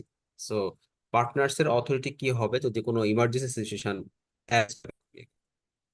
A partner has authority in an emergency to do all such acts for the purpose of protecting the firm from loss as would be done by a person of ordinary prudence in his own case, acting under similar circumstances, and such act binds the firm. So again, সহজ কথা যে যদি কোনো emergency situation হয়, সে সমস্ত কিছু করবে যেটা মানে ফার্মকে লসের হাত থেকে বাঁচানোর জন্য, হ্যাঁ, যা যা কিছু করার দরকার সে সবকিছু করবে। ঠিক আছে, এই কথা বলছে যে all such activities for the purpose of protecting the firm from loss, সমস্ত কাজ কিছু করবে যেটা। তারপর বলতে to bind a firm, an act or instrument done or executed by a partner or other person on behalf of the firm shall be done or executed in the firm name or in any other manner expressing or implying the intention to bind the firm.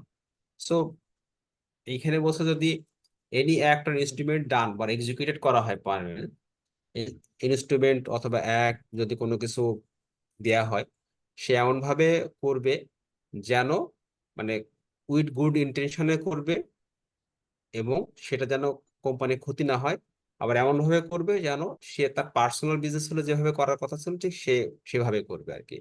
সোজা কথা হচ্ছে যে emergency সিচুয়েশনে যেহেতু একটা partners হচ্ছে একজন agent হিসেবে কাজ করতেছে, কোম্পানির প্রতিনিধি হিসেবে কাজ করতেছে, সো এমার্জেন্সি সিচুয়েশনে সে সমস্ত কিছুই করবে যেটা তার ফার্মকে প্রোটেক্ট করা যায় এনি লস থেকে।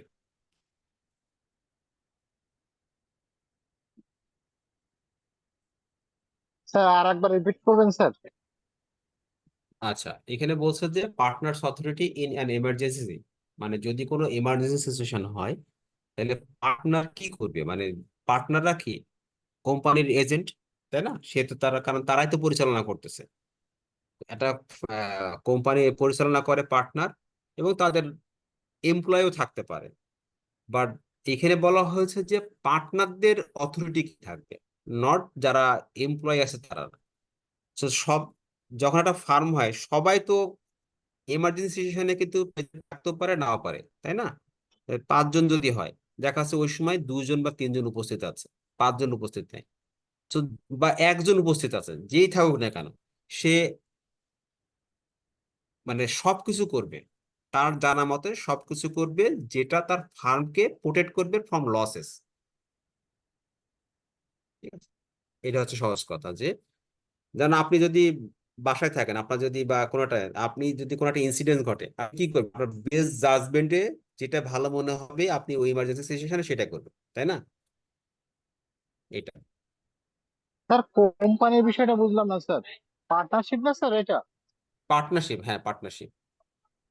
পার্টনারশিপের ক্ষেত্রে ধরেন যে বলতেছে যে partners authority in an emergency, মানে পার্টনার্স এর অথরিটি কি থাকবে, পার্টনারশিপ যারা কাজ করে তাদেরকে কি বলতেছে, আমরা এজেন্ট বলতেছি বা পার্টনার বলতেছি। পার্টনাররা তো এজেন্ট হিসেবে কাজ করতেছে, তাই না? প্রতিনিধি হিসেবে কাজ করতেছে, তাই না? তো যখন কোনো এমার্জেন্সি সিচুয়েশন হয়, এমার্জেন্সি সিচুয়েশনে তো ধরেন 5 জন মিলে যদি ব্যবসা শুরু করছে, 5 জনই তো আপনার উপস্থিত না থাকতে পারে ওই সময় যখন ইমার্জেন্সি সিচুয়েশন। তো এমার্জেন্সি সিচুয়েশনে যে তখন ওখানে প্রতিনিধিত্ব করবে, উপস্থিত থাকবে, সে এমন ভাবে কাজটা করবে যেটা তার বেস্ট জাজমেন্টে মনে হবে, এবং যেটা করলে মনে হবে যে তার কোম্পানি লসের হাত থেকে বাঁচানো যাবে। To do all such acts for the purpose of protecting the firm from loss. তো তারা সবকিছু করবে, অল সাচ অ্যাক্ট, সমস্ত কাজ করবে for the purpose of protecting the firm from loss, কোম্পানিকে বা ফার্মকে, কোম্পানি বলতে চাই ফার্মকে লস থেকে বাঁচানোর জন্য যা কিছু করার থাকে সবকিছু করবে। ঠিক আছে? Yes sir, clear sir, clear sir. 3 আর 4 পড়তেছি না আমি, 5-এ চলে আসলাম সরাসরি। লাইবিলিটি অফ পার্টনার্স আর ফার্ম, মানে পার্টনার্স এর কতটুকু লাইবিলিটি থাকবে অথবা ফার্মের কতটুকু লাইবিলিটি থাকবে। Liability of a partner for acts of the firm. প্রথমে হচ্ছে লাইবিলিটি অফ দ্য পার্টনারের কথা বলেছে, মানে পার্টনারের লাইবিলিটি কতটুকু থাকবে। Every partner is liable jointly with all other with all the other partners and severally for all acts of the firm done while he is a partner. So মানে সে যা কাজ করবে, সে যেহেতু পার্টনার হচ্ছে একদম, ফার্মের হচ্ছে এজেন্ট, সে যা কাজ করবে তার কাজের জন্য সে নিজে এবং জয়েন্টলি অর্থাৎ সবাই সমানভাবে দায়ী থাকবে। তো যদি এখানে হচ্ছে কি পার্টনারদের লাইবিলিটি কথা বলছে, ধরেন যে আমরা 3 জন মিলে ব্যবসা করছি, আমি একটা কাজ করছি, আমি অন বিহাফ অফ দ্য মানে ফার্ম, তাহলে আমাদের যদি কোনো ক্ষতি হয় কোম্পানির বা যদি কোনো লাভ হয়, তাহলে প্রত্যেকে কিন্তু আমার কর্মের দ্বারা 3 জনের ক্ষতিগ্রস্ত হবে, আবার আমার লাভ দ্বারাও 3 জন লাভবান হবে। আমার যদি লস হয়, সেই লসের দ্বারা কিন্তু 3 জনাই ক্ষতিগ্রস্ত হবে।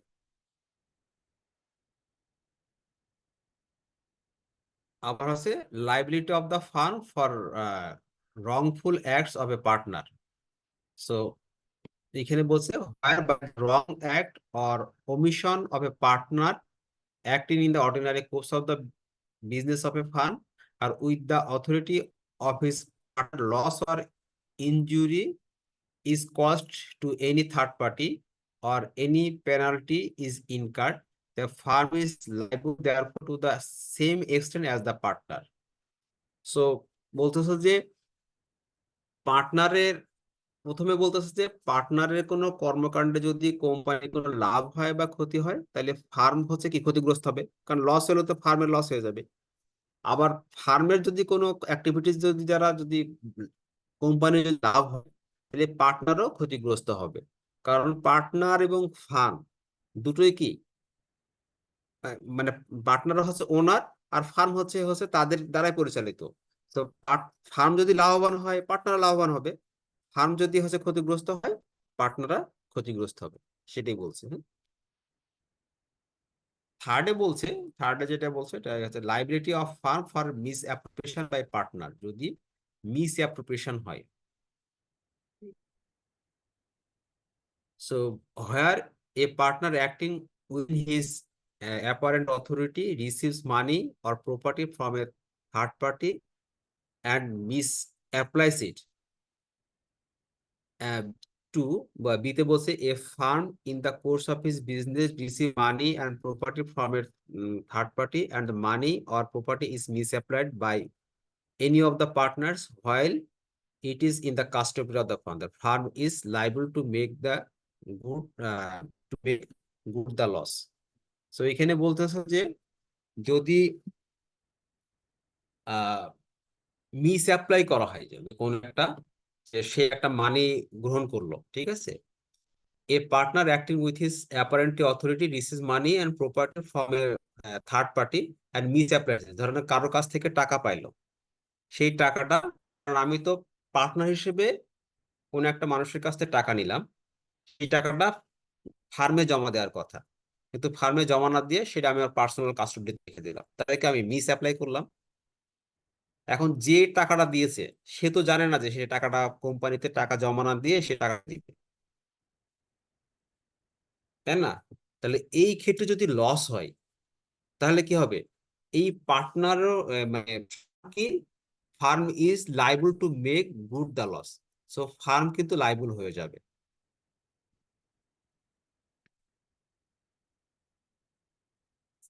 ইন্টারেক্টিভ কোশ্চেনটা দেখেন যে A B C are three partners and are conducting building constructive business.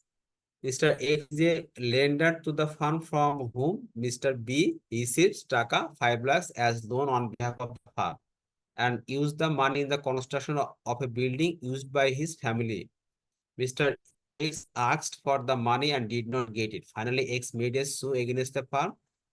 Is the firm liable to pay to Mr. X? So, বুঝছেন এটা? So, ABC তিনজন মিলে পার্টনার মিলে কনস্ট্রাকশন বিজনেস করছে।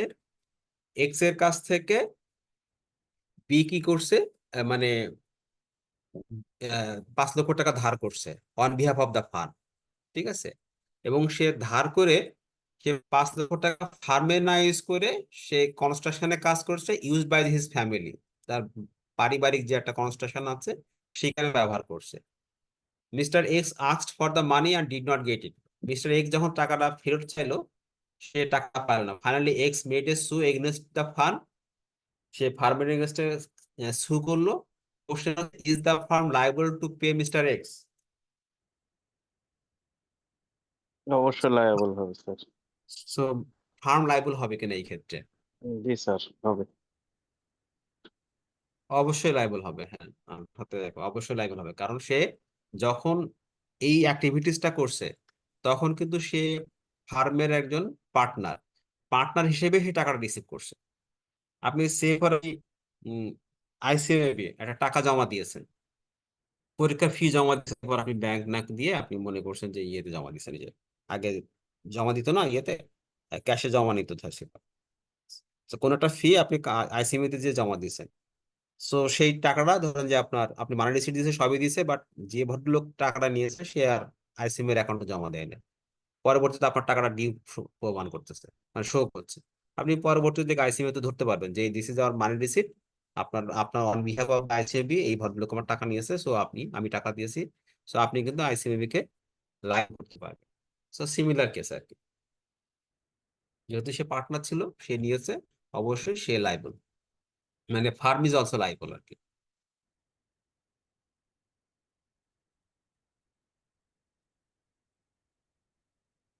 3.6 বলছে partnership by holding out. So আমরা holding আউটটা তো মনে আছে কিনা, এটা নিয়ে বেশ কথা হয়েছিল।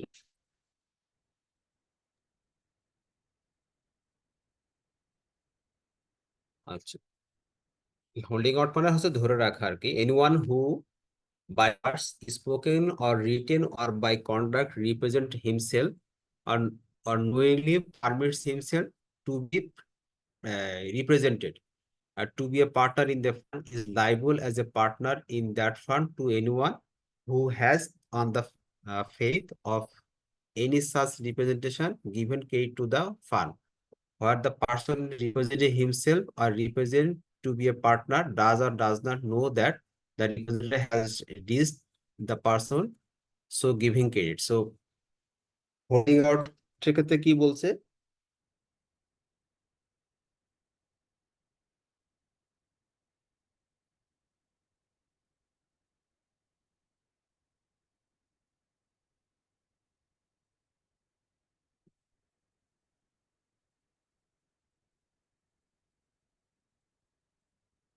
এখানে বলছে যে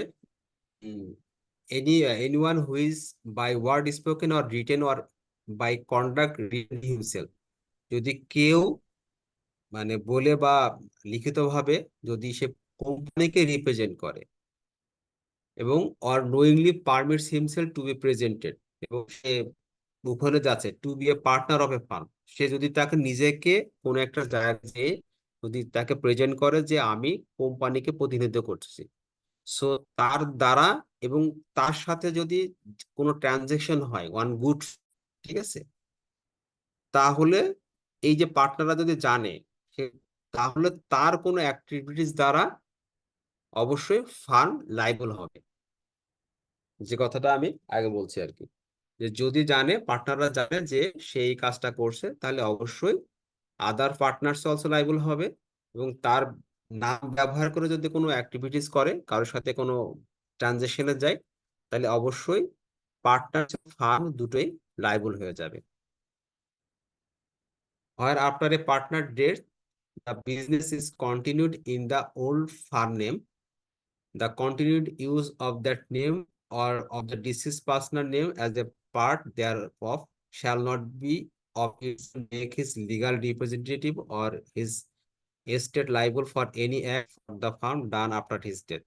So এখানে বলছে যে যদি একজন পার্টনার যদি মারা যায়, এবং আমরা জানি কি যদি কোনো বিজনেসে যদি কোনো পার্টনার মারা যায়, তাহলে পার্টনারশিপ বিজনেসটা ডিসলভ হয়ে যায়। এখন ধরুন যে যদি তার যাওয়ার পরে যদি কোনো অ্যাক্টিভিটিস হয় এবং তার জন্য যদি কোনো লাইবল হয়, তাহলে যে লোকটা মারা গেল তাকে কিন্তু আমি লাইবল করতে পারবো না। তো প্রথম কথা হচ্ছে যে কেউ মারা গেলে ফার্মটা অটোমেটিকলি ডিসলভ হয়ে যাবে, কিন্তু ডিসলভ এই যে মারা গেছে ডিসলভ না করে তার নাম ব্যবহার করে অলরেডি পার্টনারশিপ বিজনেস চলতেছে। এই ধরনের যদি কোনো সিচুয়েশন হয় এবং তার দ্বারা যদি কোম্পানি কোনো ক্ষতিগ্রস্ত হয়, লাইবিলিটি হয়, তাহলে যে মারা গেল তাকে কিন্তু আমি লাইবল করতে পারবো না। ঠিক আছে।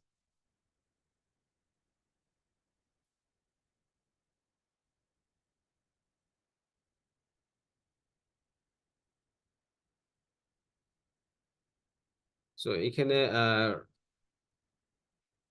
নেক্সট যেটা পড়াবো আজকে দিনের শেষ, এটা minors admitted to be benefit of the partnership. মাইনরসে কি কি বেনিফিট থাকবে, এখানে অনেকগুলো কথা বলছে। আমরা কি পয়েন্টসটা পড়লে মোটামুটি আমরা এই ক্লজে ইয়েগুলো যেতে, প্রথমত হচ্ছে যে a minor may not be a partner of the firm. যদি মাইনর হয় তাহলে সে পার্টনার হতে পারবে না। ঠিক আছে। মাইনর বলতে who is not the age of 80, 18 বছর পূর্ণ না হওয়া পর্যন্ত সে মাইনর থাকছে, he is not may not be a partner of the firm. With the consent of all the partner, he may be admitted to the benefit of the partnership. So এই সমস্ত পার্টনারদের যদি ইয়ে অনুসারে কনসেন্ট অনুসারে সে benefit পাইতে পারে, he may be admitted to the benefit of the partnership. তারপরে third বলছে minor has a right to such share of the property and of the profit of the farm.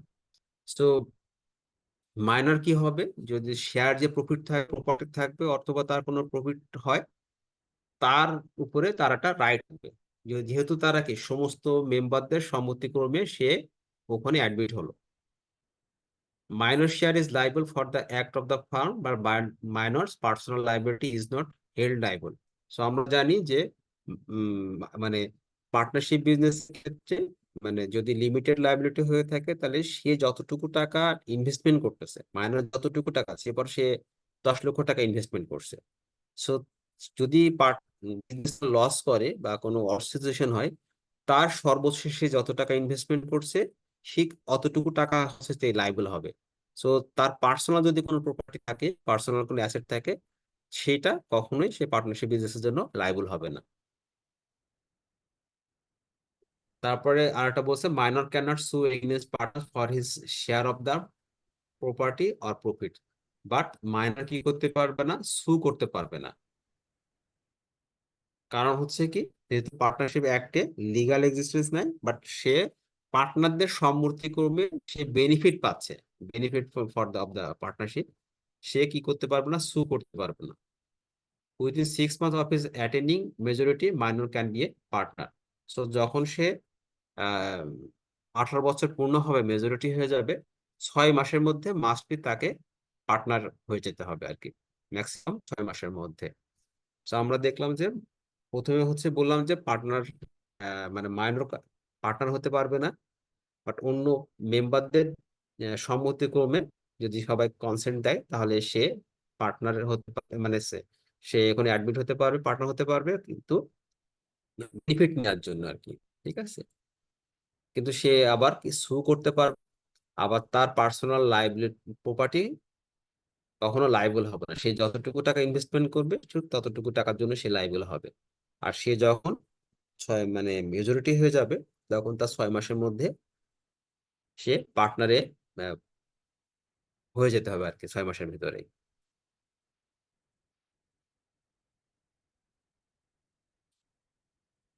তো এই পর্যন্ত কারো কোনো জায়গায় ইয়ে আছে কিনা? আমি আজকে এখানে এই পর্যন্ত শেষ করবো আর কি। 4 থেকে আমি আর যতটুকু আছে এটা। স্যার জি বলেন। স্যার এইখানে কোয়েশ্চেন ছিল যে মানে ওই যিনি পার্টনার যদি নাই হতে পারে তাহলে মানে কিসের বেসিসে উনি টাকাটা ইনভেস্ট করতে পারবে, তখন ওনার পজিশনটা কি থাকবে? উনি একটা ইনভেস্টর হিসেবে পজিশন থাকবে। তো সেইখানে কি বয়সের কোনো প্রায়োরিটি নেই? না, বয়সের এখানে নাই। মানে প্রথম কথা হচ্ছে মাইনর সাধারণত পার্টনারশিপ আন্ডারে পার্টনার হতে পারবে না। পার্টনার যদি না হয়, এখন অন্য মেম্বার যারা আছে তারা যদি তাকে অ্যাডমিট করে, ও হচ্ছে সেবার ও 10 লক্ষ টাকা ইনভেস্টমেন্ট করলো, তাহলে ও বেনিফিট পাবে ওই 10 লক্ষ টাকার ইনভেস্টর হিসেবে। আচ্ছা, ওর অন্তর্ভুক্তিটা হবে অ্যাজ এ ইনভেস্টর। আর ইনভেস্টর। আচ্ছা। ইনভেস্টর।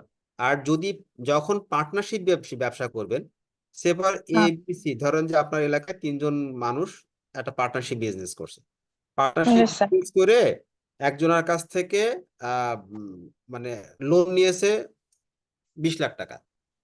ঠিক আছে, 20 লাখ টাকা লোন নিয়ে 3জন মিলে বিজনেস করে, বিজনেসটা লস করছে, ফল করছে, এবং তার সম্পত্তি বিক্রি করেও 20 লক্ষ টাকা হবে না। তখন কিন্তু তার পার্সোনাল অ্যাসেট যেগুলো আছে এলাকায়, যারা তার পার্সোনাল যদি অ্যাসেট থাকে, সেই অ্যাসেট কিন্তু তার ওই ব্যক্তি পরিশোধ করার জন্য লায়াবল হবে। সে কিন্তু মামলা করবে 3জনের নামে, যে ভাই তুমি আমার 20 লক্ষ টাকা শোধ করো। তো জি স্যার। বিজনেস করে যদি 20 লক্ষ টাকা না পাই, তাহলে তার personal asset will be liable for this, তাই না? জি তো মাইনরের ক্ষেত্রে সে যতটুকু টাকা ইনভেস্ট করবে, ঠিক ততটুকু টাকা পর্যন্ত তার ম্যাক্সিমাম লাইবিলিটি থাকবে। তার personal asset will not be liable for the firm's activity. আচ্ছা স্যার। Okay sir. ঠিক আছে, আর কিছু? আজকে এই পর্যন্তই। আর আগামীকালকে সেম টাইমে 7:30টার সময় আমাদের লাস্ট ক্লাস হবে। আর আমি ওই যে গ্রুপের মধ্যে আমি ওয়ার্ড ডকুমেন্টে যে যে টপিকগুলো পড়িয়েছি, টপিকগুলো হাইলাইট করে ইয়েলো কালার মার্ক করা আছে, আপনারা দেখলেই বুঝবেন। আমি একটু দেখাই দিচ্ছি। স্যার সব শিট গুলো দিয়ে দিন স্যার। হ্যাঁ হ্যাঁ, আমি দিয়ে দিচ্ছি।